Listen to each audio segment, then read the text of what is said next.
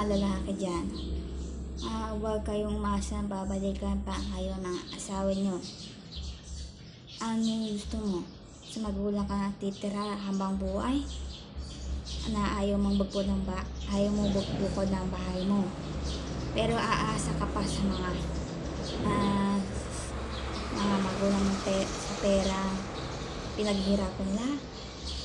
O kaya kung magbibigay sa magulang mo na isusustento mo. Pero ayaw mo pala magpupun ng bahay.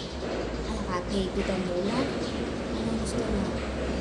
Nangangarap lang magbuo ng pamilya pero bayad mo pala hanap mo sa ibang babae. Pero kasal ka sa una mo asawa. Pero gusto mo pala magparami ng mga anak mo. Pero sustento pala ayaw mo magbigay sa anak mo sa una asawa. Yun lang.